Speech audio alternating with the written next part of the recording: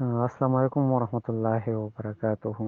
د صابر پښتو ادبي ټولنې ملګرو یو ځل بیا سلامونه او احترامات کاروان مومند یم. سقراط په ایتنز کې پیدا شو او هلته ژوند کوو. ایتنز یو داسې ښار و چې د ټولو نه لومړی یعنې په دنیا کې لومړی واحد ملک و چې په هغې کې ډیموکراسي او جمهوریت و پکې. لکه څنګه چې دا نننی دور دی یا دا نننی څنګه جمهوریت دی څنګه نظام دی، نو که چونکې داسې و هم نه، خو بیا هم په ډېرو څیزونو کې به د خلکو نه رایه اخیستل کېدل او په هغې باندې به عمل درآمد کېده. بیا د ایتنز داسې په یو چوک کې یعنې کلي په منځ کې لکه څنګه چې مشران راغونډېږي یا خلک راغونډېږي، دغه شانه به په هغه وخت کې هم خلک راغونډېدل او سقراط به هم په هغې کې ناست و او په مختلفو موضوعاتو باندې به یې خبرې کولې. حالانکه سقراط په خپله باندې په جمهوریت باندې طنز هم کولو، جمهوریت یعنې نه و، خو هغه به ویلی چې په سمندر کې د کشتۍ دپاره کله کپتان مقرر کېږي نو آیا د عوامو نه به رایې اخلي؟ رایې به د هغه خلکو نه اخلي چې هغوی د سمندري ماهرین وي، هغوی ته پته لګي چې یاره د کشتۍ دپاره کم کپتان صحیح دی. دغه شان جمهوریت دپاره چې کم خلک رایې ورکوي نو د هغه خلکو نه د رایې واخیستلی شي چې هغوی په جمهوریت باندې پوهیږي، او چې کم نه پوهیږي نو هغوی له دغه علم تعلیم ورکړی شي چې هغوی په جمهوریت باندې پوه شي. په ایتنز کې یو مشهوره قلعه ده، د هغه وخت چې پارتینون ورته ویلی شي، او په هغې کې د ایتنا چې کومه مجسمه وه نو دا ساتلی شو. د دې مطلب به دا و چې دا د دې ټول ښار حفاظت کوي. د هغې نه لاندې په جووره کې ډېر غټ ښار آباد و، ډېر خلک آباد و، او د هغې په بالمقابل سایډ باندې په بل طرف باندې په یو چته غونډۍ کې د سقراط کور و. سقراط د ماشوموالي نه د هغه په ذهن کې دا سوالونه تاوېدل چې آیا دا یوه مجسمه د دې ټول ښار حفاظت کولی شي؟ نو دا سوالونه و چې د هغه په ذهن کې یو لړۍ تاوېده. د هغه پلار و، هغه به مجسمې سازولې، او په هغه وخت کې ایتنز داسې ښار و چې په ټوله دنیا کې د مجسمو او د کم د خټې لوښي دي د دې دپاره مشهور و، او ډکې ډکې کښتۍ به راتلې، خلکو به هلته کاروبارونه کول او واپس به تلل. هغه به د خپل پلار نه هم پوښتنه کوله چې ته د کاڼي نه د زمري دا شکل څنګه جوړوې، یعنې دا مجسمه څنګه جوړوې، کوم ځای له به تیز ګوزار ورکوې، کوم ځای له به په مزه ورکوې. پلار ورته ویل چې زه به دا پوهه کړم چې کله غټ شي، خو هغه خو دومره انتظار نه کولو. بیا پلار ورته وویل چې بس زه نور نه پوهېږم، خو دومره دا چې ته سوچ وکړه چې دې کاڼي منځ کې یو زمری بند دی او دا زه راکولاوم، دا به څنګه، کوم ځای له به څومره ګوزار ورکوم. دغه شان د هغه مور یو داعي وه، یعنې ماشومان به چې پیدا کېدل دا به علاج دپاره ورتلله. د مور نه به هم پوښتنې کولې چې دا یو ماشوم کې ته څه رول لوبوې چې دا کله پیدا کېږي. هغې ورته ویل یاره بس زه خو یو ماشوم چې کومه دی د ګېډې د قید نه ازادومه. نو داسې یو د هغه به شپه ورځ په ذهن کې داسې سوالونه ګرځېدل، او فلسفه دا هم ده چې ستا په ټول ذهن کې د هر څیز متعلق چې کومه دی سوالونه راپورته کېږي، او دا سوالونه چې کله حل شي نو دا علم شو. دا چې تر څو حل شوي نه وي او په سوال کې سوال راوځي نو دا فلسفه ده. په یوناني دیوملا یا د یوناني چې کوم مقدس کتابونه دي نو په هغې کې چې کوم ذکر راغلی د دیوي دیوتاو متعلق نو هغه ټول داسې دي چې جنګ جګړې او د یو بل سره قتل و قتال د خپل دیوتاګانو تر منځه. نو څنګه به چې نورو میندې یا بوډۍ ښځې په کور کې قصې کوي، دغه شانه به د سقراط مور هم د دیوتاګانو دغه قصې بیانولې، او سقراط به په هغې کې سوالونه کول. بیا دغه وخت ایتنز داسې و که نه، داسې مذهبي ماحول و چې چا به په دیوتاګانو باندې بالکل سوال نشو پورته کولی. نو سقراط هغه به په هر دیوتا باندې سوال پورته کوو. هغه به ویل چې یاره دوی دومره سوپر پاور دي که نه، او دومره اوچتې هستۍ دي، نو دوی خپل منځ کې دا قتل و قتال او جنګونه دا ولې کوي؟ داسې مختلف سوالونه به. بیا د ده په ذهن کې د سوالونو یو انقلاب هله رالی چې د کله د خپل پلار سره په یو مندر کې جوړولو کې کار کو، او هلته د هغه ځای یو سیاسي کس و چې هغه رالی او ځان سره بل کس راوسته. د هغه کس نوم و نیکساغورس، ډېر مشهور سړی تېر شوی. هغه سیاسي سړي وویل چې نیکساغورس وایي چې دا سپوږمۍ او ستوري او اسمانونه دې کې دیوي دیوتاګان نشته، دا خو کاڼي دي کاڼي. بیا د سپوږمۍ رڼا هم خپله نه ده، چونکې هغه وخت کې خو دا کیمرې او دا داسې ایجادات نو دا کوم چې اوس جدید ټیکنالوژي ده چې سپوږمۍ معلومه کړې وي، ستوري معلوم کړی وي. خو بیا هم نیکساغورس دا خبره کوله چې د سپوږمۍ خو رڼا هم خپله نه ده، په دې باندې د نور رڼا لږي او بیا موږ ته داسې سپینه ښکاري.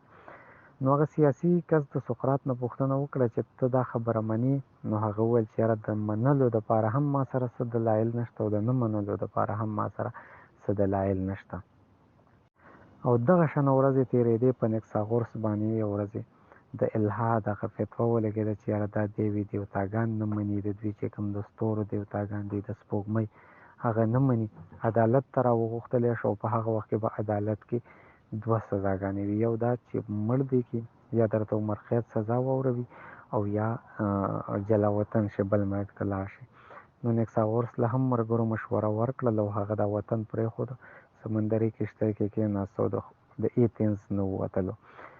د هغې نه بعد سقراط په ځان باندې یو سنسر ولګاوه چې خبرې به په یو محدود حد کې کولې، یعنې داسې ښکاره به مخالفت هم نه کوو چې کومې د دیوي دیوتاګانو قصې دي، کهانیانې دي. نو په هغې باندې به هم ښکاره خبره نه کوله، ځکه چې هغه ته خو د نیکساغورس هغه انجام معلوم و.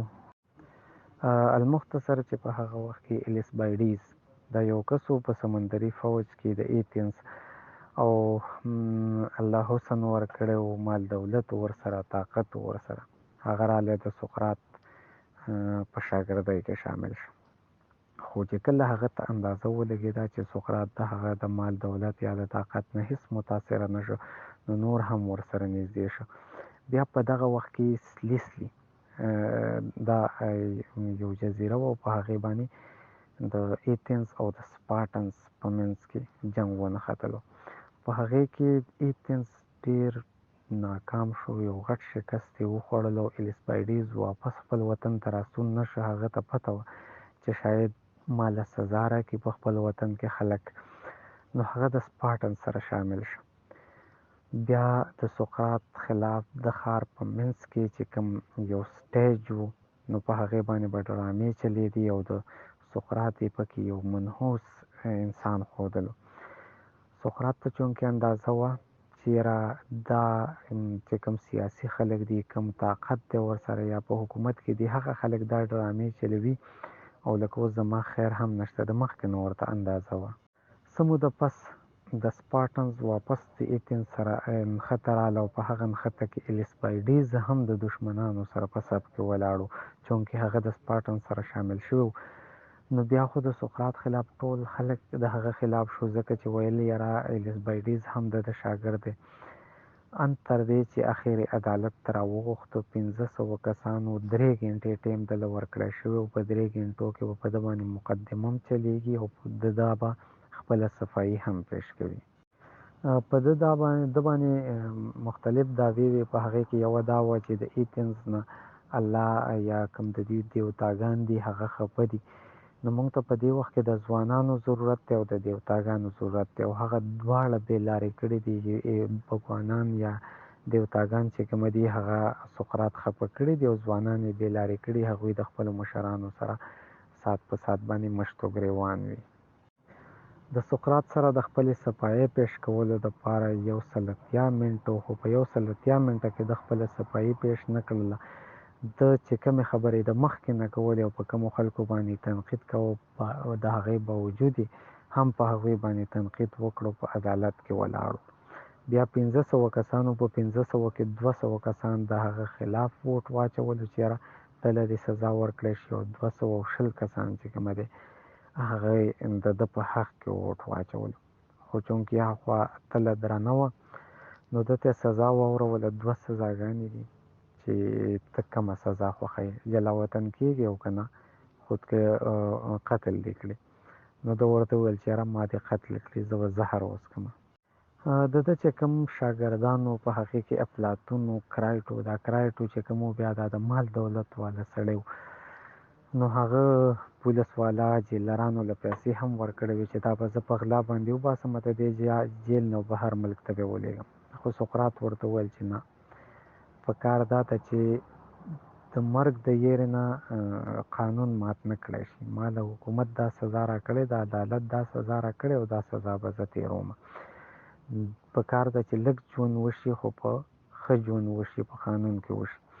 نو بیا هم هغه ونه واته د جیل نه هغه د زهرو پیاله چې کومه ده هغه یې وڅښله. افلاطون په خپل کتاب کې لیکلي دی، افلاطون وایي چې سقراط د زهرو پیاله یې څښله نو هېڅ سره پرې رانغلی، هېڅ لکه داسې خوف یې نه و. زهر یې وڅښل او بیا سملاسه د خپو د طرفه لکه د بدن نه ساه وتله او چې کله تر سینې پورې مړ شو نو بیا یې کرایټو ته غږ وکړ چې یاره کرایټو په ما باندې د هغه یو چرګ قرض پاتې دی، هغه به ادا کړي.